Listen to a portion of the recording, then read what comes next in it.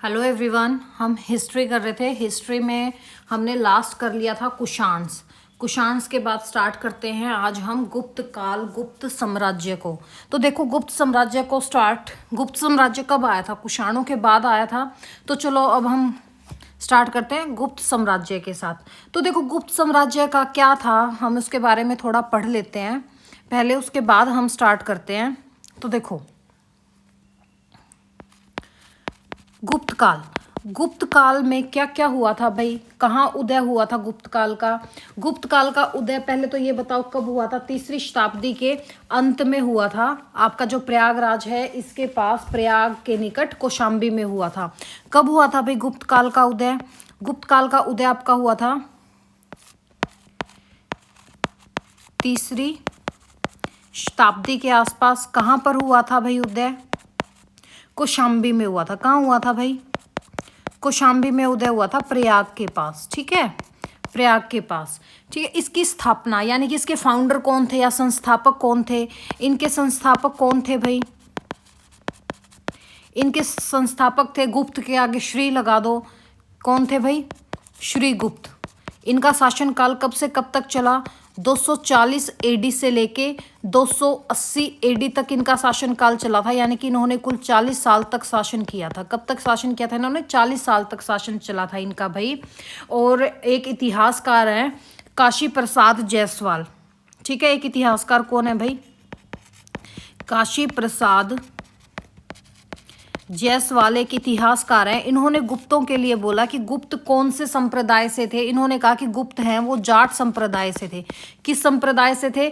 जाट संप्रदाय से थे। और जाट उस टाइम पे कहाँ थे भाई? पंजाब एरिया में थे कि भाई ये जाट एरिया से थे, जाट थे, और ये पंजाब एरिया से थे क्योंकि पंजाब फेमस था उस टाइम। फिर वैसे ही एक और आपके इतिहासकार है राय चौधरी। राय चौधरी इनके बारे में ये बोलते हैं कि ये ना गुप्त थे, ये ब्राह्मण थे। कौन थे भाई? ये ब्राह्मण थे। इन्होंने क्या कहा कि जो गुप्त हैं वो ब्राह्मण थे। देखो, गुप्त काल कब से स्टार्ट हुआ भाई? तीसरी शताब्दी के आसपास स्टार्ट हुआ। गुप्त काल कहाँ से इनका उदय हुआ भाई? कौशाम्बी से उदय हुआ। और ये बोला जाता है कि इनके संस्थापक कौन है? इनके संस्थापक कौन थे? श्री गुप्त थे। इनका शासन काल कब से कब तक चला भाई? 240 से 280 एडी तक। बट जो रियल फाउंडर थे वो कौन थे भाई? इनके जो आपके चंद्रगुप्त प्रथम थे, इनके पोते, वो इनके रियल फाउंडर बोले जाते हैं। ठीक है भाई। और है ना, इनके बारे में और ज़्यादा कुछ नहीं पूछा जाएगा। श्री गुप्त के बारे में 2-3 चीज़ें वो आपको मैं करवाऊंगी। ठीक है भाई। तो जैसे काशी प्रसाद जायसवाल ने कहा इनके लिए कि ये जाट थे और ये पंजाब एरिया से आए थे। राय चौधरी ने कहा भाई ये ब्राह्मण वर्ग के थे। ठीक है, राय चौधरी ने क्या कहा कि ये ब्राह्मण वर्ग के थे। फिर वैसे ही एक और थे इतिहासकार, कौन थे भाई? गौरी शंकर ओझा थे। कौन थे? गौरी शंकर ओझा। गौरी शंकर ओझा इनके बारे में क्या बोलते हैं भाई? गौरी शंकर ओझा इनको कहते हैं कि गुप्त कौन थे? गुप्त क्षत्रिय थे। कौन थे भाई? गुप्त क्षत्रिय थे। कौन थे? गुप्त क्षत्रिय थे। देखो, काशी प्रसाद जायसवाल ने कहा कि ये जाट वर्ग से थे। राय चौधरी ने कहा ये ब्राह्मण वर्ग से थे। गौरी शंकर ओझा इनके लिए कहते हैं कि गुप्त क्षत्रिय थे। ऐसे ही एक और इतिहासकार आए, कौन थे भाई? एलन, या इनको ही हम कह देते हैं अल्टेयर। एलन ए अल्टेयर। एलन ए अल्टेयर के इन्होंने ये कहा कि गुप्त कौन थे भाई? वैश्य थे। शुक्र है कोई एक और नहीं आया, नहीं तो वो भी ये कह देता कि ये शूद्र थे। ठीक है, क्योंकि देखो, ब्राह्मण वर्ग गिना दिया, वैश्य गिना दिए भाई, क्षत्रिय गिना दिए, रह कौन गए? शूद्र रह गए थे। एक आधा आ जाता तो वो भी कह देता भाई ये शूद्र थे। ठीक है। इनकी राजकीय, गुप्तों की राजकीय भाषा क्या थी भाई? इनकी राजकीय भाषा थी संस्कृत। क्या थी इनकी भाषा? संस्कृत। यहीं से तो आप कालिदास को भी पढ़ोगे। इनके काल में हम किसको पढ़ेंगे भाई? कालिदास को भी पढ़ेंगे। कालिदास कौन थे? कालिदास संस्कृत के ही थे, लेखक थे जो। ठीक है, कालिदास के बारे में भी हम पढ़ेंगे। लेकिन अगर क्वेश्चन आ जाए कालिदास किसके काल से रिलेटेड है? कालिदास हैं जो वो गुप्तों से रिलेटेड है। कालिदास किन से रिलेटेड है भाई? गुप्तों से रिलेटेड है। गुप्त काल के थे कौन? कालिदास। किसके थे? गुप्तों के कौन थे भाई? कालिदास थे। ठीक है। इनके जो कवि आ जाएंगे वो कौन थे भाई? कालिदास। के कहाँ से रिलेटेड थे? ये गुप्त साम्राज्य से रिलेटेड थे। और ये किस धर्म को मानते थे? गुप्त थे। ये किस धर्म को मानते थे भाई? ये वैष्णव धर्म को मानते थे। किसको धर्म को मानते थे भाई? ये वैष्णव धर्म को मानते थे। किस धर्म को मानते थे? वैष्णव धर्म को, यानी कि ये विष्णु की उपासना करते थे। क्या करते थे ये लोग भाई? विष्णु की उपासना करते थे। कौन करते थे? आपके गुप्त काल के लोग करते थे, यानी कि श्री गुप्त थे वो किसके भक्त थे? विष्णु के भक्त थे। श्री गुप्त किसको मानते थे भाई? विष्णु को मानते थे। क्योंकि अभी विष्णु गुप्त का चल रहा है, श्री गुप्त का चल रहा है, तो हम श्री गुप्त के बारे में ही पढ़ेंगे, बोलेंगे। तो देखो गुप्त काल कब से कब तक चला भाई? 3री शताब्दी के आसपास चला। श्री गुप्त इसके फाउंडर हैं, जिन्होंने 240 से लेके 280 एडी तक शासन किया। उदय कहाँ हुआ? कौशाम्बी में हुआ। काशी प्रसाद जायसवाल जो इतिहासकार थे, उन्होंने क्या कहा भाई? ये जाट वर्ग से थे और ये पंजाब एरिया से थे। राय चौधरी इनके बारे में क्या कहते हैं भाई? ये ब्राह्मण वर्ग से थे। गौरीशंकर ओझा कहते हैं ये क्षत्रिय वर्ग से थे। एलन एवं अल्टेयर क्या कहते हैं भाई? ये वैश्य थे। इनकी राजकीय भाषा क्या थी भाई? संस्कृत थी। इनकी राजकीय भाषा क्या थी भाई? संस्कृत थी। और दूसरी चीज, इनका धर्म कौन सा था भाई? ये वैष्णव धर्म को मानते थे, यानी कि श्री गुप्त थे वो किसकी उपासना करते थे भाई? भगवान विष्णु की उपासना करते थे। और भाई श्री गुप्त के बारे में एक और चीज, बस ज्यादा से ज्यादा इनके बारे में ये पूछा जा सकता है कि इनको क्या उपाधि दी गई थी? इनको क्या उपाधि ली थी भाई इन्होंने? महाराजा धीराज की, महाराजा धीराज की उपाधि। और है ना, महाराजा धीराज की उपाधि आपको पता है कहाँ की थी? ये भारत की उपाधि होती थी। कौन सी? महाराजा धीराज की। उसके बाद कौन आ जाते हैं भाई? श्री गुप्त के बाद फर्स्ट तो आ जाते हैं श्री गुप्त जो इनके फाउंडर है। दूसरे इनके आ जाते हैं घटोत्कच जो इनके श्री गुप्त के बेटे थे। ठीक है, इनका शासनकाल भी कब से कब तक चला? 280 ईस्वी से लेके 320 ईस्वी तक। देखो 40 साल तो बाप ने शासन किया, 40 साल अब घटोत्कच ने शासन किया। घटोत्कच के बारे में इतना कुछ खास है नहीं, थोड़ा बहुत है। इन्होंने भी भाई उपाधि धारण की थी महाराजा धीराज की। फिर उनके बाद जो फेमस आते हैं घटोत्कच के बाद, वो कौन है भाई? आपके चंद्रगुप्त प्रथम। कौन है? चंद्रगुप्त प्रथम। चंद्रगुप्त प्रथम ने कहा कि 40 साल मेरे पिताजी ने शासन किया, 40 साल मेरे दादा ने शासन किया, मैं इनसे भाई 3री पीढ़ी का हूं तो 5 साल कम शासन करता हूं मैं। इन्होंने कब से कब तक शासन किया भाई? 320 ईस्वी से लेके इन्होंने 335 ईस्वी तक शासन किया। कब से कब तक शासन किया भाई? 320 से लेके 335 तक। 335 तक तो फिर भाई इनका 15 ही साल का शासनकाल हुआ। इन्होंने कितने साल तक शासन किया भाई? 15 साल तक इन्होंने शासन किया। कब से कब तक किया भाई? 15 साल तक शासन किया। 320 से लेके, ये वैसे ना 319-20 बोला जाता है इनका, 319-20 से लेके इन्होंने कब तक शासन किया भाई? 335 तक इन्होंने शासन किया। और चंद्रगुप्त मौर्य प्रथम जब गद्दी पर बैठे थे, इन्होंने एक संवत चलाया भाई। गद्दी पे बैठते ही कौन सा संवत चलवाया? गुप्त संवत चलवाया। कौन सा संवत चलवाया भाई? गुप्त संवत चलवाया। जैसे भाई आपके कुषाणों ने शक संवत चलवाया था कनिष्क ने, जब इन्होंने शकों को हराया था, तो गुप्त संवत चला था 319-20 के आसपास। तो है ना, चंद्रगुप्त प्रथम शायद 319 के आसपास ये गद्दी पर बैठ गए थे। और कब तक इन्होंने शासन किया भाई? 335 तक इन्होंने शासन किया। 335 ईस्वी तक इन्होंने शासन किया। इन्होंने कम टाइम तक शासन किया, लेकिन रियल फाउंडर किनको बोला जाता है भाई? गुप्तों का रियल फाउंडर किनको बोला जाता है? रियल फाउंडर बोला जाता है चंद्रगुप्त प्रथम को, गुप्त काल का। ठीक है, इनका विवाह किससे हुआ था भाई? चंद्रगुप्त प्रथम का विवाह हुआ था लिच्छवी की राजकुमारी, लिच्छवी की राजकुमारी कुमार देवी से। किससे हुआ था भाई? लिच्छवी की राजकुमारी कुमार देवी से इनका विवाह हुआ था। और ये इनकी फेवरेट पत्नी थी। पत्नियां और भी थी पर ये इनकी फेवरेट थी। इन्हीं के नाम पे चंद्रगुप्त मौर्य ने कॉइन्स भी चलवाए थे। ठीक है, किन के नाम पर कॉइन्स चलवाए थे? अपनी पत्नी के नाम पे इन्होंने कॉइन्स चलवाए थे। किन्होंने चलवाए थे भाई? चंद्रगुप्त प्रथम ने चलवाए थे। और इन्होंने भाई गुप्त संवत भी किन्होंने स्टार्ट करवाया था भाई? चंद्रगुप्त प्रथम ने स्टार्ट करवाया था। और है ना, जो चंद्रगुप्त प्रथम है यही क्या थे भाई? गुप्त वंश के सबसे महान सम्राट किनको बोला जाता है? इन्हीं को बोला जाता है। गुप्त वंश का सबसे महान सम्राट किसको बोला जाता है भाई? चंद्रगुप्त प्रथम को बोला जाता है। और है ना भाई, मैं आपको ये चीज समझा रही हूँ, हम नोट्स भी करेंगे, थोड़ा बहुत पढ़ लो, उसके बाद हम नोट स्टार्ट करेंगे, तो थोड़ा सा बेसिक नॉलेज भी होनी चाहिए। ठीक है, रियल फाउंडर कौन थे भाई? चंद्रगुप्त प्रथम थे गुप्त काल के। इन्होंने राजधानी किसको बनाया?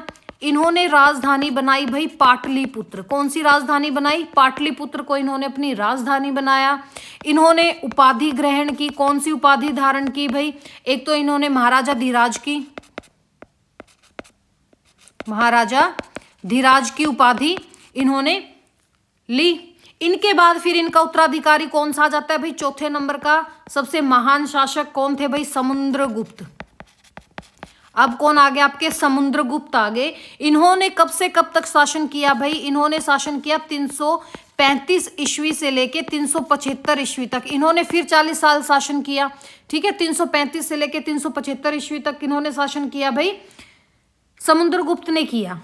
ठीक है, समुद्रगुप्त किस चीज के प्रेमी थे भाई? ये संगीत के प्रेमी थे, संगीत के प्रेमी थे। संगीत के प्रेमी का पता कैसे चला भाई? इनके जो सिक्के मिले थे, इनके सिक्कों पर भी वीणा बजाते हुए इनकी आकृति मिली थी।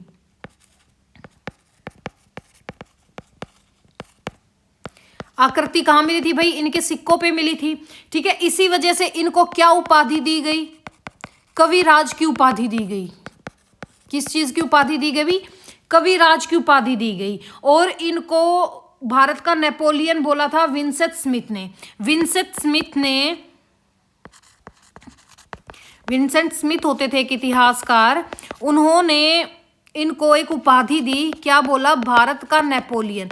इन्होंने इसको भारत का नेपोलियन क्यों बोला भाई? क्योंकि देखो ये हमारा इंडिया था, मान लो ये इंडिया है हमारा, इतना सुंदर, वाह कितना महान इंडिया बनाया ना मैंने। ये इंडिया था, यहाँ क्या था भाई? हमारा उत्तरावर्त था, यानी कि इस एरिया को हम क्या बोलते थे? आर्यवर्त बोलते थे, जो उत्तर एरिया था। और नीचे वाले एरिया को हम क्या बोलते थे? दक्षिणावर्त बोलते थे। ये बोलते हैं कि यहां तो इन्होंने 9 शासकों को हराया आर्यवर्त में, यानी कि उत्तर की साइड, और दक्षिणावर्त में इन्होंने 12 शासकों को हराया था। तो इनको कौन सी उपाधि दी गई थी भाई? इनको बोला गया था भारत का नेपोलियन। और यहां इनको उपाधि कौन सी मिली थी? यहां इनको उपाधि मिली थी पराक्रमांक की। किसकी उपाधि मिली थी भाई? पराक्रमांक की उपाधि मिली थी। ठीक है, पराक्रमांक उपाधि कब मिली इन्होंने? जब इनका उल्लेख मिलता है एक अभिलेख से, आर्यव्रत 9 शासक हराए थे आर्यव्रत में, यानी कि उत्तर साइड इन्होंने 9 शासकों को हराया, और दक्षिणा में इनको 12 शासकों को इन्होंने हराया था। और यहाँ पे इनको क्या उपाधि मिली गई? पराक्रमांक की उपाधि इनको दी गई थी। और भाई भारत का नेपोलियन इनको इस वजह से किसने कहा था? विंसेंट स्मिथ ने कहा था। किन्होंने कहा था भाई? विंसेंट स्मिथ ने कहा था। और इस जो ये विजय थी इनकी आर्यव्रत और दक्षिणाव्रत की, इस विजय को, जो ये विजय थी इनकी, इस विजय का उल्लेख किस में मिलता है? इस विजय का उल्लेख मिलता है हमें प्रयागराज प्रशस्ति से। कहां से मिलता है भाई? प्रयागराज प्रशस्ति से इसका उल्लेख मिलता है हमें। किस चीज का? जो इन्होंने आर्यव्रत के 9 शासक हराए थे और दक्षिणाव्रत के 12 शासक हराए थे। इसका उल्लेख हमें कहां से मिलता है? प्रयाग प्रशस्ति से इसका हमें उल्लेख मिलता है। प्रयाग प्रशस्ति कहां पर है भाई? इलाहाबाद में, या प्रयागराज कह दो। ठीक है, इलाहाबाद में ये स्थित है। इसका निर्माण किसने करवाया था भाई? प्रयाग प्रशस्ति का इसका निर्माण करवाया था आपके राजा अशोक ने। किन्होंने करवाया था भाई निर्माण किन्होंने करवाया था भाई? इसका निर्माण करवाया था प्रयाग प्रशस्ति का अशोक ने। और फिर भाई क्या होता है कि जो इनको कौशाम्बी ले जाया गया बाद में, इस प्रयाग प्रशस्ति को कौशाम्बी इनको कौन उठा के लेके गया था भाई? अकबर ना। अकबर इस प्रशस्ति को उठाकर कहां लेके गया भाई? इलाहाबाद से कौशाम्बी ले गया था। ठीक है, कौशाम्बी ले गया था। और यहीं पे फिर जो विंसेंट स्मिथ थे वो आए थे भाई। विंसेंट स्मिथ ने इनके बारे में पढ़ा और फिर उन्होंने बोला कि जो समुद्रगुप्त है ये भारत का नेपोलियन है। इन्होंने फिर उसको तब ऐसे टाइटल दिया था। ठीक है, ये हमें सब चीज कहां से मिलती है? आपके प्रयाग प्रशस्ति से मिलती है। ठीक है, और इनके ही एक दरबारी कवि होते थे समुद्रगुप्त के। कौन दरबारी कवि होते थे भाई? एक हरिसेन इनके दरबारी कवि होते थे। कौन होते थे? हरिसेन इनके एक दरबारी कवि होते थे, इनके कवि थे। ठीक है भाई, इन्होंने ना प्रयाग प्रशस्ति के लेखन की रचना की थी। इन्होंने क्या किया था भाई? प्रयाग प्रशस्ति के लेखन की रचना की थी। ठीक है, रचना किन्होंने की थी प्रयाग प्रशस्ति की? हरिसेन ने की थी। और इसी लेख में बताया गया था कि भाई इन्होंने 9 आर्यव्रत और 12 दक्षिणाव्रत इन राजाओं को हराया था, इन शासकों को हराया था। और ये रचना किस में हुई थी भाई? इसकी जो रचना थी वो किस शैली में की गई थी? चंपू शैली में की गई थी। किस शैली में की गई थी भाई? चंपू शैली में की गई थी। चंपू शैली किस चीज को बोलते हैं? जो आपका गद्य और पद्य दोनों में लिखा जाता है उसको हम किस नाम से जानते हैं? चंपू शैली के नाम से जानते हैं। किस नाम से जानते हैं भाई? चंपू शैली के नाम से जानते हैं। किसको? जी हाँ, आपके गद्य और पद्य दोनों चीजें यूज की जाती हैं, उनमें लिखी जाए, वो चंपू शैली के अंडर आती है। इस चीज को आप याद रखना। और जो ये दक्षिणावृत्त था, यहाँ पे जो ये युद्ध इन्होंने जीते थे, इसको नाम दिया गया था धर्म विजय का। किस चीज का नाम दिया गया था भाई? धर्म विजय का। दक्षिणावृत्त के जो 12 शासकों को हराया था समुद्रगुप्त ने, इसको इनको क्या नाम दिया गया था? धर्म विजय का नाम दिया गया था। क्या नाम दिया गया था भाई? धर्म विजय नाम दिया गया था। ठीक है भाई, इतनी चीज आपको समझ में आ गई होगी आई गेस। ठीक है, कि इनको कौन कौन सी उपाधियां मिली थी। समुद्रगुप्त का शासनकाल कब से कब तक स्टार्ट हुआ था भाई? 335 से 375 ईस्वी तक स्टार्ट हुआ था। संगीत प्रेमी थे भाई, इनके सिक्कों पर वीणा बजाते हुए आकृति मिली थी, तभी इनको किस चीज की उपाधि दी गई? कविराज की उपाधि दी गई। विंसेंट स्मिथ थे, इन्होंने इसको भारत का नेपोलियन कहा। और इनको कौन सी उपाधि मिली थी इस टाइम पे? पराक्रमांक की उपाधि दी गई थी। इनको भारत का नेपोलियन क्यों बोला गया भाई? क्योंकि आर्यव्रत और दक्षिणाव्रत के, आर्यव्रत के 9 शासकों को इन्होंने हराया था, और दक्षिणाव्रत जिसको हम धर्म विजय के नाम से भी जानते हैं, 12 शासकों को हराया था। और इस विजय का उल्लेख हमें कहाँ से मिलता है? प्रयाग प्रशस्ति से इस चीज का हमें उल्लेख मिलता है, जिसका निर्माण किसने करवाया था? अशोक ने करवाया था। फिर अकबर इस प्रयाग प्रशस्ति को उठाकर इलाहाबाद से कहाँ लेके गया था भाई? कौशाम्बी में लेके गया था।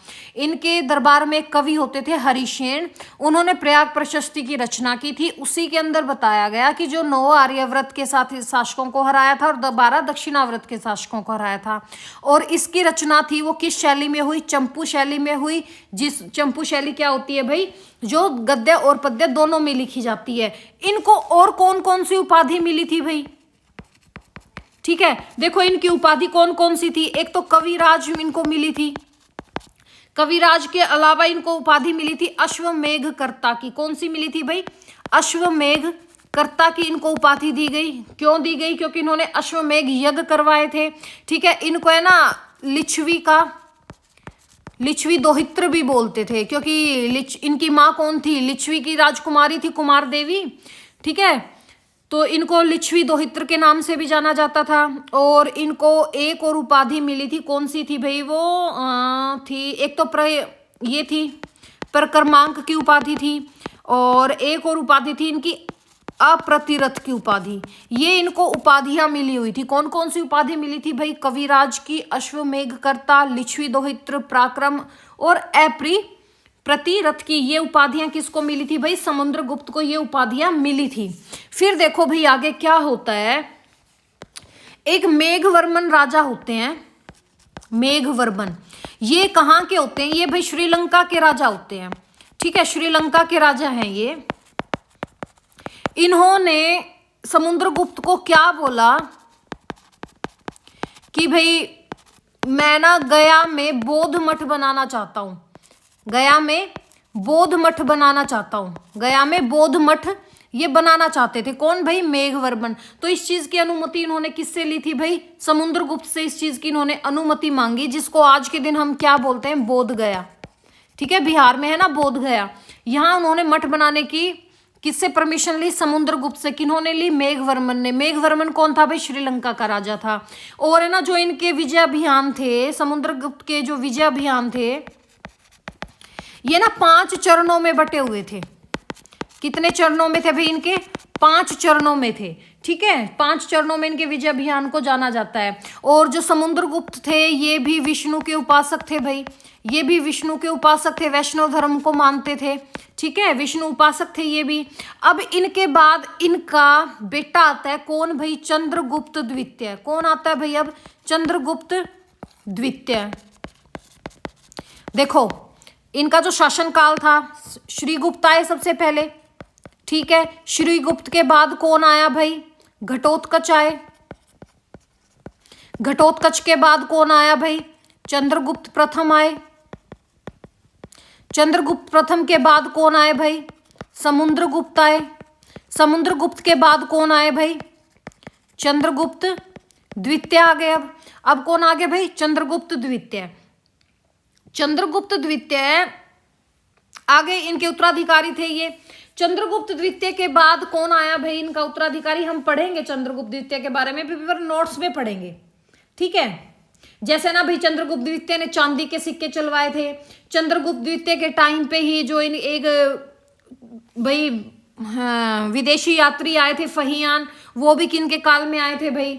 जैसे चीनी यात्री आए थे भाई चंद्रगुप्त मौर्य कह रही हूँ, चंद्रगुप्त द्वितीय के शासन काल में कौन आए थे भाई? चीनी यात्री आए थे। कौन आए थे? प्रथम चीनी यात्री फाहियान आए थे। फाहियान किसके शासन काल में आए भाई? चंद्रगुप्त के शासन काल में आए, ठीक है।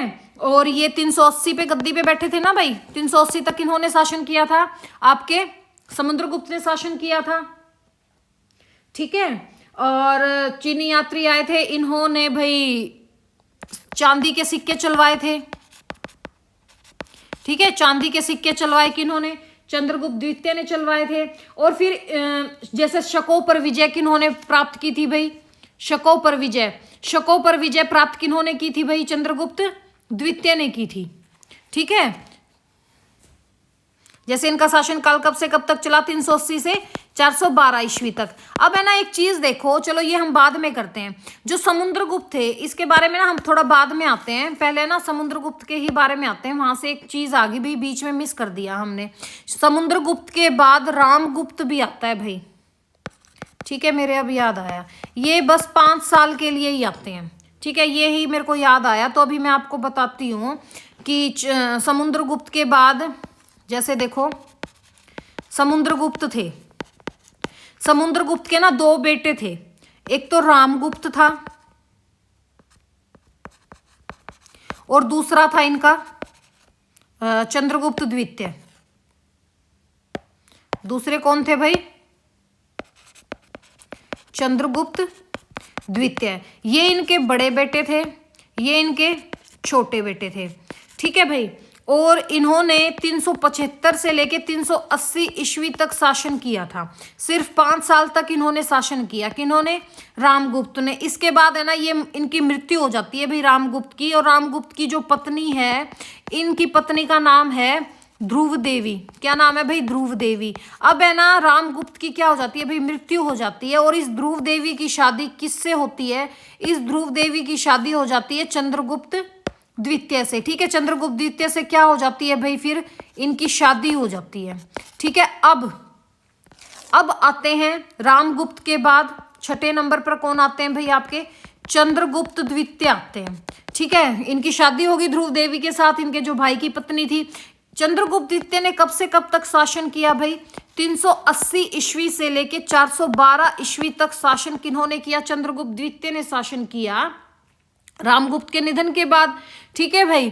और जैसे अभी मैंने बताया कि भाई चीनी यात्री आया था, ठीक है। फाहियान आया था भाई, पहला चीनी यात्री इन्हीं के काल में आया था। चलो हम वो करते हैं। चंद्रगुप्त द्वितीय ने कौन सी उपाधि धारण की थी भाई? इन्होंने विक्रमादित्य की उपाधि धारण की, एक तो, ठीक है। एक तो विक्रमादित्य की उपाधि धारण की थी। एक विदेशी यात्री आए, कौन थे भाई? चीनी यात्री। प्रथम चीनी यात्री कौन थे? फाहियान। फाहियान किसके शासन काल में आए थे भाई? चंद्रगुप्त द्वितीय के शासन काल में आए थे। जो क्वेश्चन बार बार में आता है, ठीक है। फाहियान पहला चीनी यात्री किसके शासन काल में आया था भाई? प्रथम यात्री विदेशी चंद्रगुप्त द्वितीय के टाइम पे आया था, गुप्त काल में, ठीक है। इनके अन्य नाम क्या थे भाई? इन्होंने एक तो चांदी के सिक्के चलवाए थे, ठीक है। इनके अन्य नाम क्या थे? इनके अन्य नाम किन किन नामों से इनको जाना जाता था भाई? देवराज, और था देवश्री, और देवगुप्त, ठीक है। विक्रमांक की भी उपाधि इनको मिली थी। और थे भाई शक विजेता, क्योंकि इन्होंने ना शक को हराया था, ठीक है। शक शासक को इन्होंने हराया था। ठीक है, ठीक है, कौन से शक शासक को हराया था भाई? रुद्र सिंह तृतीय को इन्होंने हराया था। और इनको एक और नाम से जाना जाता है भाई, परम भागवत के नाम से। किस नाम से जाना जाता है? परम भागवत के नाम से। देखो, चंद्रगुप्त द्वितीय, इनका भाई था रामगुप्त, वो मर जाता है 5 साल के शासन के बाद। उनकी पत्नी होती है ध्रुव देवी, वो इनकी पत्नी बन जाती है फिर भाई। इनको उपाधि मिलती है विक्रमादित्य की। विदेशी यात्री फाहियान इनके काल में आए, चांदी के सिक्के इन्होंने चलवाए। इनके अन्य नाम क्या क्या थे भाई? देवराज, देवश्री, देवगुप्त, विक्रमांक, शक विजेता और परम भागवत के नाम से इनको जाना जाता था। इन्होंने शक शासक, शक विजेता क्यों बोला जाता है भाई? शक शासक थे, कौन थे भाई शक शासक? क्या नाम था भाई उनका? भी बताया था मैंने आपको, रुद्र सिंह तृतीय। रुद्र सिंह तृतीय को इन्होंने हरा दिया था। ठीक है, तभी इनको क्या बोला जाने लगा भाई? शक विजेता। ठीक है, वैसे भाई कई कई बुक्स में आपको मिलेगा कि रुद्र सिंह तृतीय को समुद्रगुप्त ने हराया था, पर समुद्रगुप्त ने नहीं हराया था, चंद्रगुप्त ने हराया था। ठीक है, इसी वजह से इनको उपाधियां मिली थी। ठीक है भाई, इनके बाद फिर आ जाते हैं चंद्रगुप्त द्वितीय के बाद आ जाते हैं भाई कुमारगुप्त। इनके बाद कौन आते हैं भाई? अब 7वें नंबर पर अब कौन आ जाते हैं भाई? कुमारगुप्त। ठीक है, अब कौन आ गए भाई? कुमारगुप्त। कुमारगुप्त ने कौन कौन सी उपाधि धारण की थी? इन्होंने उपाधि धारण की थी एक तो श्री महेंद्र की। ठीक है, और उपाधि धारण की थी महेंद्र द्वितीय की, महेंद्र द्वितीय की उपाधि धारण की। ये इनकी उपाधियां थी। इनके टाइम पे सबसे बड़ी चीज क्या की थी भाई? इन्होंने एक यूनिवर्सिटी बनवाई थी। कौन सी यूनिवर्सिटी बनाई थी? नालंदा यूनिवर्सिटी बनवाई थी। ठीक है, नालंदा विश्वविद्यालय, जो आज के दिन कहां पर है भाई? कहां पर है? बिहार में। किन्होंने बनवाई थी भाई? ये कुमारगुप्त ने नालंदा विश्वविद्यालय बनवाया था। ठीक है, इनके टाइम के 2 फेमस, वैसे तो इनके टाइम पे भाई गुप्तों के 50 के करीब अभिलेख मिलते हैं, लेकिन इनके टाइम के 2 अभिलेख फेमस हुए थे। कौन कौन से फेमस हुए थे? एक तो मंदसौर अभिलेख, ठीक है, और दूसरा अभिलेख हुआ था भाई बिलसड़ अभिलेख। कौन सा? बिलसड़ अभिलेख। ये इनके अभिलेख फेमस थे। जो आपका ये मंदसौर अभिलेख है ना, इसकी रचना किसने की थी भाई? वत्स भट्टी ने इसकी रचना की थी। किन्होंने इसकी रचना की थी? वत्स भट्टी ने रचना की थी। किसकी की थी? मंदसौर अभिलेख की रचना किन्होंने की थी? वत्स भट्टी ने इनकी रचना की थी। और इसमें कुछ नहीं बताया गया, इसमें ना कुमारगुप्त के शासनकाल के बारे में ही बताया गया था। कुमारगुप्त के बाद कौन आता है भाई? स्कंदगुप्त आता है। अब कौन आ जाता है? स्कंदगुप्त। ठीक है, अब स्कंदगुप्त शासक बनता है। इन्होंने कौन कौन सी उपाधि धारण की थी भाई? इन्होंने उपाधि धारण की थी एक तो देवराय की, और दूसरी की थी ने शक्राद्वितीय की। कौन सी उपाधि धारण की थी भाई? शक्राद्वितीय की उपाधि इन्होंने धारण की थी। ठीक है, इनके टाइम पे इंपॉर्टेंट चीज क्या हुई थी भी? इनके टाइम पे हुणों ने आक्रमण कर दिया था। हुणों ने पहली बार भारत पर आक्रमण किया।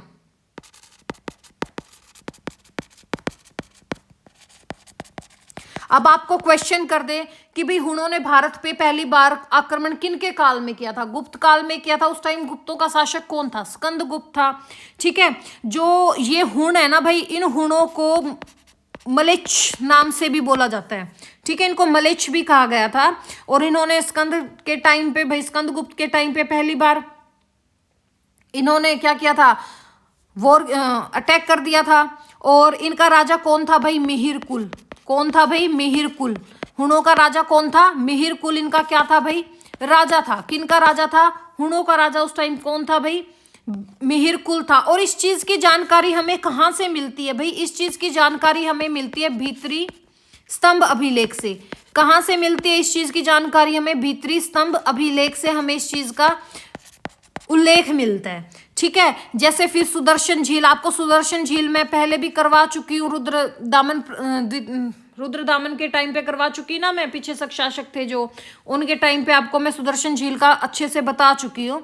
सुदर्शन झील कहाँ पर है भैया? आपके गुजरात में है। हल्का हल्का आज फिर करवा देती हूँ। सुदर्शन झील का निर्माण किन्होंने करवाया था? इनका निर्माण करवाया था चंद्रगुप्त मौर्य ने। चंद्रगुप्त मौर्य ने तो क्या करवाया था भाई, इनका जो इन्होंने अपना गवर्नर था जो वहां का, कौन था भाई, पुष्यमित्र वैश्य। ठीक है, पुष्यमित्र वैश्य ने इसका निर्माण करवाया था, पर किसके कहने पर करवाया था, चंद्रगुप्त मौर्य के कहने पर करवाया था। फिर इसका पुनरुद्धान किसने करवाया था भाई, पुनः निर्माण कह दो या पुनरुद्धान कह दो, चंद्रगुप्त मौर्य के पोते ने, जिनका नाम क्या था, अशोक। ठीक है, इसके गवर्नर कौन थे भाई उस टाइम पे, इनके गवर्नर थे तुशाशप। ठीक है, तुशाशप इनके गवर्नर थे। फिर दोबारा पुनः निर्माण किन्होंने करवाया भाई, शक शासकों ने करवाया। किन्होंने, रुद्रदामन प्रथम ने। ठीक है, इनके गवर्नर कौन थे, ये मैं ना आपको अच्छे से करवा चुकी हूँ शक वाले, उसमें जाके देख लेना इसके बारे में। इनके गवर्नर थे सुविशाख। और फिर तीसरी बार इसका पुनरुद्धान किन्होंने करवाया था भाई, स्कंदगुप्त ने करवाया था। ठीक है, इनके गवर्नर कौन थे भाई, इनके गवर्नर थे पर्णपंत। कौन थे, पर्णपंत इनके गवर्नर थे। ये है ना आपको बहुत अच्छे से करवाया है शक वाले में, आप वो वीडियो देखना। फिर भाई इनका अंतिम शासक कौन होता है, कई बुक्स में आपको मिलेगा भानुगुप्त भाई अंतिम शासक था, और आपको कई जगह देखने को मिलेगा भाई विष्णुगुप्त अंतिम शासक था। ठीक है, मैंने आपको दोनों ही करवा दिए। विष्णुगुप्त तृतीय कौन थे भाई, गुप्तों के लास्ट शासक थे। इनकी जो प्रादेशिक इकाई थी गुप्तों की, उसको देश बोला जाता था भाई। क्या बोला जाता था, देश। और इन्हीं को क्या बोला जाता था, गोप्ता। क्या बोला जाता था भाई, गोप्ता। ठीक है, गोप्ता इन्हीं को बोला जाता था। इनकी दूसरी प्रादेशिक इकाई क्या थी,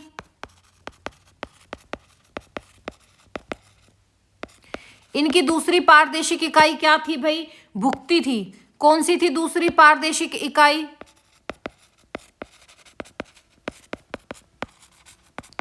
भुक्ति थी।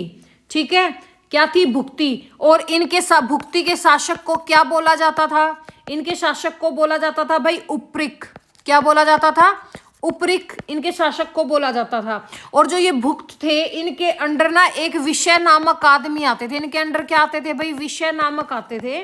विषयक नामक प्रशासनिक इकाई होती थी, जिसके प्रमुख को क्या बोला जाता था, जिसके प्रमुख को विषयपति बोला जाता था। क्या बोला जाता था भाई, विषयपति बोला जाता था। ठीक है, जैसे इनका जो पुलिस विभाग था, इनके पुलिस विभाग को किस नाम से जाना जाता था भाई, जो मुख्य अधिकारी होते थे ना पुलिस विभाग के मुख्य अधिकारी, उनको बोला जाता था दंडपशिक। और जो सामान्य अधिकारी होते थे, जो सामान्य अधिकारी होते थे, उनको चाट एवं भाट बोला जाता था। क्या बोला जाता था, चाट एवं भाट बोला जाता था। इनकी सबसे छोटी इकाई क्या थी, प्रादेशिक इकाई, प्रशासन की सबसे छोटी इकाई, इनकी प्रशासन की सबसे छोटी इकाई थी भाई ग्राम। ठीक है, जो भाई ग्राम सभा प्रशासन चलाती थी। और इनके मुखिया को क्या बोला जाता था भाई, ग्रामिक। ठीक है, और जैसे अन्य सदस्य होते थे उनको महत्तर बोला जाता था। ठीक है भाई, ग्राम समूहों की छोटी इकाई को पेठ बोला जाता, ग्राम समूह की छोटी इकाई को क्या बोला जाता था, पेठ बोला जाता था। जैसे इनके टाइम पे जो राजस्व कर था वो 1/4 से बढ़ाकर क्या कर दिया था भाई, 1/6 हिस्सा कर दिया था। ठीक है भाई, ये बाद में भी हम करेंगे थोड़ा, पर नेक्स्ट उसमें करेंगे। अभी हम थोड़े से इनके नोट्स पढ़ लेते हैं। ठीक है भाई, आई होप जितना अभी समझाया है वो आपको समझ में आ गया, बेस क्लियर हो गया होगा। अब हम आराम से इनके नोट्स पढ़ेंगे। तो देखिए, गुप्त काल, गुप्त साम्राज्य 3री शताब्दी ईस्वी के मध्य में स्थापित हुआ। इसका शासनकाल 543 ईस्वी तक चला। ठीक है, और कब से कब हुआ था भाई, जैसे ना पहले आए थे श्रीगुप्त आए थे। ठीक है, कौन आए थे, श्रीगुप्त। कब आए थे भाई, ये 240 ईस्वी में आ गए थे। 240 ईस्वी में इनका शासनकाल स्टार्ट हो गया था। और कब से कब तक चला भाई, 543 ईस्वी तक इनका शासनकाल चला था। ठीक है, गुप्त साम्राज्य के संस्थापक कौन थे भाई, श्रीगुप्त थे, जिन्होंने 240 ईस्वी से लेकर कब तक शासन किया भाई, 280 एडी तक इन्होंने शासन किया था। और गुप्त साम्राज्य 320 ईस्वी में अपनी प्रमुखता पर पहुंच गया था। कब, क्यों, क्योंकि 320 में कौन आ गए थे, आपके चंद्रगुप्त प्रथम आ गए थे भाई। ठीक है, और चंद्रगुप्त प्रथम को ही क्या बोला जाता है, रियल फाउंडर ऑफ गुप्ताज। देश का अधिकांश भाग गुप्त वंश के अधीन था। गुप्तों की मातृभूमि निश्चित रूप से ज्ञात नहीं है, लेकिन विद्वानों का मानना है कि गुप्तों की उत्पत्ति बंगाल या प्रयाग से हुई थी। कहाँ हुई थी? प्रयाग के कौशाम्बी एरिया में बोला जाता है भाई, ठीक है। जैसे आपको बताया था कि भाई जायसवाल ने इनके लिए क्या बोला कि भाई ये जाट हैं, फिर राय चौधरी ने कहा कि भाई ये ब्राह्मण है, ठीक है। फिर एक और आए थे, उन्होंने कहा भाई ये वैश्य हैं, क्षत्रिय हैं। फिर एक और आया था, उन्होंने क्या कहा था? वैश्य हैं। वो आपको मैं नोट्स में करवा चुकी हूँ, बता चुकी हूँ ना वो चीज मैं आपको कि कौन कौन से थे भाई, कौन कौन इतिहासकार ने इनको क्या क्या बोला है, ठीक है। जैसे आपके जायसवाल थे, उन्होंने क्या बोला भाई इनके बारे में? काशी प्रसाद जायसवाल थे कि ये जाट हैं, ठीक है। राय चौधरी ने कहा कि ये ब्राह्मण हैं। गौरी शंकर ओझा कहते हैं कि ये क्षत्रिय थे। एलन और एल्टेयर कहते हैं कि ये वैश्य थे, ठीक है। गुप्त साम्राज्य मौर्य साम्राज्य जितना बड़ा नहीं था। गुप्तों ने पूरे उत्तर भारत को एक सदी से अधिक समय तक राजनीतिक रूप से एकजुट रखा। साहित्यिक कृतियों, शिलालेख, अभिलेखीय, मुद्रा, शास्त्रीय स्रोतों जैसे कई स्रोत हैं जो गुप्त युग के इतिहास का पुनर्निर्माण करते हैं। जैसे देवी चंद्रगुप्तम और मुद्राक्षम, इनके क्या थे भाई? समकालीन साहित्यकार थे, ठीक है। वंशावली चल रही थी इनके साइड बाय साइड, किनकी? देवी चंद्रगुप्तम की और मुद्राक्षम की। और गुप्तों के उदय के बारे में हमें जानकारी प्रदान की गई। देखो भाई, एक साइड तो जैसे आपके कहाँ समझाऊं मैं आपको, यहाँ समझाती हूँ। जैसे ना यहाँ पे मौर्य चल रहे थे, मौर्य के बाद कौन आगे थे भाई? आपके यहाँ तो सातवाहन चल रहे थे, ठीक है। सातवाहन आपके साउथ में रूल कर रहे थे, और आपके नॉर्थ में रूल कौन कर रहे थे भाई? कुशांस कर रहे थे। नॉर्थ में रूल कौन कर रहे थे? कुशांस नॉर्थ में रूल कर रहे थे। इन दोनों को पछाड़ के अब कौन आगे थे? गुप्ता आगे थे, ठीक है। इन दोनों को पछाड़ के कौन आगे थे? आपके गुप्ता आगे थे। गुप्त साम्राज्य सामाजिक, आर्थिक और धार्मिक स्थितियों का लेखा जोखा चीनी यात्री फाहियान ने छोड़ा था। मतलब ये पहले भाई जो फाहियान थे, ये किसके काल में आए थे भाई? ये चंद्रगुप्त द्वितीय के टाइम पे आगे थे, ठीक है। इलाहाबाद स्तंभ शिलालेख, महरौली लोह स्तंभ शिलालेख जैसे शिलालेखों से गुप्तों की उपलब्धियों और शासन का उल्लेख मिलता है। एक तो इलाहाबाद स्तंभ लेख से, एक महरौली लोह स्तंभ लेख से। और जैसे फिर मौर्य साम्राज्य के विघटन के बाद उत्तर भारत में लगभग 500 वर्षों तक कोई भी शक्तिशाली ऐसा राज्य भाई शासक नहीं आया था, इन्हीं का शासन चल रहा था। इस बीच के कुछ समय जैसे भाई मध्य प्रदेश में शुंग भी थे, पंजाब में विदेशी आक्रमणकारी आगे थे भाई, जैसे आपके हिंद यूनानी आगे थे, पल्लव आगे थे, शक आगे थे, इनका अधिकार स्थापित हो गया था। इनके बाद उत्तरी भारत में कुषाण और दक्षिण में सातवाहनों को भी क्या बोल देते थे भाई? वाकाटक बोल देते थे। इनका उदय हुआ, परंतु गुप्त साम्राज्य के उदय के बाद ही भारत में एक शक्तिशाली साम्राज्य का पुनर्निर्माण हुआ था, ठीक है। मौर्य के बाद दूसरा कौन से आए थे भाई? गुप्ताज ही आए थे, जो काफी मजबूत थे। गुप्त के 50 से भी अधिक अभिलेख प्राप्त हुए हैं, किंतु उनमें से कुछ ही ऐतिहासिक अधिक महत्व रखते हैं। गुप्त काल में प्रथम 3 शासक जैसे श्रीगुप्त थे, घटोत्कच थे और चंद्रगुप्त प्रथम थे, इनके बारे में कोई भी अभिलेख प्राप्त नहीं होता है, ठीक है। सभी गुप्तकालीन अभिलेखों की भाषा कैसी थी भाई? संस्कृत थी, और लिपि कौन सी थी? ब्राह्मी थी। इस लेख में हम गुप्तकालीन भारत की जानकारी प्राप्त करेंगे। 230 ईस्वी के आसपास उत्तर भारत में कुषाणों का शासन समाप्त हो गया था, और मुरंडा, जिन्हें कुषाणों का रिश्तेदार माना जाता था, उन्होंने मध्य भारत के अच्छे हिस्से पर अधिकार कर लिया था। जो मुरुंड थे, उन्होंने ना 25 वर्षों तक शासन किया था, जिन्होंने भाई कुषाणों का शासन समाप्त हो गया था, पर ये कुषाणों के रिश्तेदार थे। कौन थे? मुरुंड। इनका शासनकाल कब तक चला भाई? 25 सालों के लगभग इनका शासनकाल चल रहा था। 275 के आसपास कुषाण साम्राज्य के खंडरों पर गुप्त साम्राज्य की स्थापना हुई, और दोनों कुषाणों और सातवाहनों के पूर्व प्रभुत्व का एक बड़ा हिस्सा उनके शासन में आ गया था। एक सदी से भी ज्यादा समय तक उत्तर भारत उनके शासनकाल के राजनीतिक रूप से एकजुट था।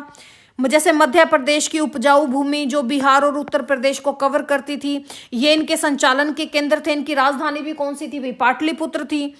मध्य भारत और दक्षिण बिहार के लौह अयस्क भंडार का संभवतः उनके द्वारा शोषण किया गया था। उत्तर भारत के क्षेत्रों से निकटता का उनके द्वारा फायदा उठाया गया और पूर्वी रोमन साम्राज्य, जिसको हम बिजान्टिन साम्राज्य के नाम से भी जानते हैं, इनके साथ कौन सा व्यापार स्टार्ट हो गया था भाई? रेशम का। और वैसे रेशम सिल्क रूट पे किन्होंने अपना आधिपत्य जमा लिया था भाई? जो आपके कुषाण शासक थे, कौन थे? कनिष्क। ठीक है। गुप्त साम्राज्य में मूल रूप से उत्तर प्रदेश और कौन सा एरिया शामिल था भाई? बिहार शामिल था। ठीक है। और इनकी राजधानी क्या थी भाई? पाटलिपुत्र इनकी राजधानी थी। ठीक है। हालांकि उत्तर प्रदेश में प्रयाग में सत्ता के केंद्र के साथ उनका संचालन स्थान प्रतीत होता है, जो कुशाम्बी था। ठीक है। इन अनुकूल कारकों के कारण गुप्तों ने अनुगंगा, यानी कि जो गंगा बेसिन है, और जो आपका मगध एरिया है, साकेत एरिया है, जो आपका आज का अयोध्या है, ठीक है, यूपी में, और जो प्रयाग है भाई, इलाहाबाद है, इसका नाम अब चेंज कर दिया प्रयागराज, यहाँ पे इनका शासन स्थापित हो गया था। श्रीगुप्त ने शुरू होकर 200 वर्षों की अवधि में गुप्त साम्राज्य स्कंदगुप्त के शासन काल तक अपनी प्रमुखता पर पहुंच गया था, जिसके बाद गुप्त वंश के कमजोर शासक आ गए थे भाई। उसके बाद पतन स्टार्ट हो गया था इनका। श्रीगुप्त का शासन काल कब से कब तक चला था भाई? 240 से लेके 280 एडी तक इनका शासनकाल चला था। ठीक है। समुद्रगुप्त के इतिहास प्रसिद्ध प्रयाग प्रशस्ति अभिलेख से ज्ञात होता है। कहाँ से प्राप्त होता है भाई? प्रयाग प्रशस्ति से। कि गुप्तों का प्रथम ऐतिहासिक शासक कौन था भाई? श्रीगुप्त था। ये कौन था? इनका फाउंडर था भाई। ठीक है। चीनी यात्री इत्सिंग जो कब आए थे भाई? 671 से 695 ईस्वी में। श्रीगुप्त का उल्लेख करता है, कौन करता है? चीनी यात्री इत्सिंग। और फहियान किसके काल में आया था? चंद्रगुप्त द्वितीय के काल में आया था। बनारस के आसपास इनकी कुछ मुद्राएं भी प्राप्त होती हैं। इनमें से एक मोहर पर गुप्त से और दूसरे पर श्रीगुप्त से अंकित था, तो इसी वजह से लगाया गया था कि इनका फाउंडर कौन था भाई? श्रीगुप्त इनका फाउंडर था, क्योंकि इनकी मोहरों पर हमें क्या देखने को मिला था? एक पे तो गुप्त से वर्ड मिला था देखने को, और एक पे श्रीगुप्त से अंकित था। इतिहासकार मानते हैं कि गुप्त वंश के प्रथम राजा का नाम केवल गुप्त था और श्री की उपाधि उनको राजा बनने के बाद धारण की गई थी, और वैसे इनको महाराजा धीराज की भी उपाधि मिली थी। वह संभवतः कुछ वर्षों तक मुरंडो के अधीनस्थ शासक था, परंतु बाद में स्वतंत्रता प्राप्त करने के बाद उन्होंने महाराजा धीराज की उपाधि धारण की थी। घटोत्कच। अब घटोत्कच आगे, घटोत्कच का शासन काल कब से कब तक चला था भाई? इन्होंने भी 40 साल तक शासन किया था। 280 से लेके, इन्होंने कब से कब तक शासन किया था भाई? 280 से लेके 319 या 20 तक इन्होंने शासन किया था। ठीक है। स्कंदगुप्त के समय में सुपैया अभिलेख तथा प्रभावती गुप्त के पुना ताम्रपत्र अभिलेख के अनुसार घटोत्कच गुप्त वंश का संस्थापक था। किनके उससे मिलता है भाई? ये स्कंदगुप्त के टाइम पे सुपैया अभिलेख मिला था, एक था प्रभावती गुप्त पुना ताम्रपत्र अभिलेख। यहां से हमें ये देखने को मिलता है कि घटोत्कच गुप्त वंश का संस्थापक था, लेकिन इनके फाउंडर कौन थे भाई? श्रीगुप्त थे। परंतु समुद्रगुप्त की प्रयाग प्रशस्ति के अनुसार इस वंश का संस्थापक कौन था? श्रीगुप्त था। इनके शासनकाल की किसी भी घटना की जानकारी नहीं मिलती। इन्होंने भी महाराजा धीराज की उपाधि धारण की थी, और महाराजा धीराज की उपाधि किसकी थी भाई? इंडिया की थी। फिर कौन आ जाते हैं भाई? चंद्रगुप्त द्वितीय आ जाते हैं, चंद्रगुप्त प्रथम आ जाते हैं। इन्होंने कब से कब तक शासन किया था? 319-20 से लेके 335 ईस्वी तक इन्होंने शासन किया था। ठीक है भाई। इनको बोला जाता है कि भाई ये रियल फाउंडर है, वास्तविक शासक जो भाई संस्थापक थे वो चंद्रगुप्त प्रथम थे। घटोत्कच के स्थान पर शासन किया। वह गुप्त वंश का पहला महत्वपूर्ण राजा था। गुप्त युग में 320 ईस्वी में सिंहासन पर उनके प्रवेश के साथ स्टार्ट हुआ था। वह महाराजा धीराज कहे जाने वाले पहले राजा थे, अर्थात इन्होंने महाराजा धीराज की उपाधि धारण की थी, लेकिन वो पहले दोनों ने भी की थी भाई। उन्होंने लिच्छवी की राजकुमारी जो कुमार देवी थी, जो नेपाल का एरिया, कहाँ है भाई लिच्छवी शासक? कहाँ थे? नेपाल में थे। कुमार देवी से इन्होंने शादी की थी। वैवाहिक गठबंधन के साथ अपनी स्थिति को मजबूत बनाया। ठीक है भाई। महरौली के स्तंभ अभिलेख से इनकी लंबी विजयों की जानकारी मिलती है, जैसे इनके 5 चरण थे भाई। ठीक है। जैसे मगध आपका साकेत अयोध्या हो गया आज का। ठीक है। प्रयाग आपका इलाहाबाद हो गया। के द्वारा गुप्त वंश के अधिकार में लाया गया था। उनके काल में पाटलिपुत्र को क्या बनाया गया था भाई? राजधानी बनाया गया था। इनके बाद कौन आ गया था भाई? समुद्रगुप्त आ गया था। ठीक है। समुद्रगुप्त ने कब से कब तक शासन किया था? समुद्रगुप्त से पहले कौन आ गया था भाई, इनका भाई आ गया था रामगुप्त, जिसने 5 साल तक शासन किया था। ठीक है, नहीं नहीं, समुद्रगुप्त का बेटा था भाई रामगुप्त तो। ठीक है, फिर कौन आ जाता है भाई, आपका समुद्रगुप्त आ जाता है। ठीक है, चंद्रगुप्त प्रथम का पुत्र था और इनका उत्तराधिकारी था। इनके शासनकाल में गुप्त साम्राज्य का बहुत विस्तार हुआ। इनके द्वारा जीते गए लोगों या देशों को इलाहाबाद के शिलालेखों में उकेरा गया था। इनकी विजयों को 5 समूहों में वर्गीकृत किया गया था। सॉरी भाई, मैंने आपको ये कहा था कि 5 चरण इनके थे, 5 चरण इनके नहीं थे, चंद्रगुप्त प्रथम के नहीं थे। किसके थे? समुद्रगुप्त के थे। किसके थे भाई? समुद्रगुप्त के थे। ठीक है, 5 चरण। जैसे पहला कौन सा था भाई? गंगा यमुना दोआब के राजकुमारों के खिलाफ था पहला युद्ध अभियान। ये क्या थे भाई? इनके 5 चरण है युद्ध के, विजय अभियान के 5 चरण। ठीक है, पहला चरण क्या था? समूह कह लो या चरण कह लो। ठीक है, चरण पहला कह लो। गंगा यमुना दोआब के राजकुमारों के खिलाफ लड़ा था। उनके शामिल राज्य गुप्त साम्राज्य में थे। फिर सेकंड चरण कौन था भाई? कौन सा था? पूर्वी हिमालय के शासकों और कुछ सीमावर्ती राज्य जैसे नेपाल, बंगाल, असम आदि के राजकुमारों के खिलाफ दूसरा विजय अभियान था। जो गणराज्य बचे थे वो नष्ट हो गए थे। तीसरा इनका विजय अभियान कौन सा था भाई? अताविका राज्य, जो विंध्य क्षेत्र में वन राज्य थे, इनके खिलाफ था और इस पर कब्जा कर लिया। चौथा इनका विजय अभियान का चरण कौन सा था भाई? विजय प्राप्त की और दक्कन और दक्षिण भारत के 12 शासकों को मुक्त करवाया। तमिलनाडु के कांची के खिलाफ, जहां पल्लवों को अपनी आधिपत्य को स्वीकार करने के लिए मजबूर कर दिया था किन्होंने? समुद्रगुप्त ने। और 5वां चरण कौन सा था भाई? शकों और कुषाणों के विरुद्ध था। ठीक है, ये समुद्रगुप्त के विजय के 5 चरण थे। उनकी विजय भारत के बाहर फैली हुई थी। जैसे चीनी सूत्रों के उस टाइम से पता चलता है भाई, श्रीलंका के जो मेघवर्मन थे वो आए थे, उन्होंने बौद्ध मठ का निर्माण करवाया था। कहाँ पे? गया में, बिहार में। ठीक है, समुद्रगुप्त की उन्होंने अनुमति ली और एक मिशनरी को भेजा था। वह हिंसा और विजय की नीति में विश्वास करते थे। कौन? समुद्रगुप्त। ठीक है, उनके दरबारी कवि कौन थे भाई? हरिसेन थे। ठीक है, जिन्होंने समुद्रगुप्त के सैन्य कारनामों की एक शानदार लेख लिखा था। वी.एस. स्मिथ यानी कि वीनेथ स्मिथ या वी.एस. स्मिथ ने उनको बहादुरी और सेनापति तव के लिए किस चीज की उपाधि दी थी? भारत के नेपोलियन की उपाधि दी थी। और ये प्रयाग प्रशस्ति अभिलेख में मिलता है हमें सब कुछ देखने को। ठीक है, हालांकि उन्होंने देश के अधिकांश हिस्सों पर गुप्त साम्राज्य के अधीन लाया। उन्होंने केवल गंगा के मैदान और मध्य भारत पर ही प्रत्यक्ष प्रशासन किया था। शेष क्षेत्रों में पूर्व शासकों को राजकोष को वार्षिक भुगतान जारी रखने की अनुमति दी गई थी और उनके द्वितीय राजनीतिक स्थिति को जन्म दिया था। ठीक है, इनको वत्सल राजा भी कहा जाता था। ठीक है, समाध प्रणाली यानी कि वात्सल राजा भी किनको बोला जाता था भाई? समुद्रगुप्त को बोला जाता था। समुद्रगुप्त के बाद भी इनके 2 बेटे आ जाते हैं। एक तो रामगुप्त आ जाता है, ठीक है, वो मैं आपको करवा चुकी हूं। दूसरा आपका चंद्रगुप्त द्वितीय आ जाता है। ठीक है, ये 5 साल तक शासन करता है, फिर आगे ये शासन करता है। ये अब हम नेक्स्ट में करेंगे। ठीक है भाई, आज इतना ही करते हैं, वीडियो काफी लंबी हो जाएगी। वीडियो अच्छी लगी तो भाई लाइक एंड सब्सक्राइब और शेयर जरूर करना। चलो मिलते हैं नेक्स्ट में। Thank you, have a nice day.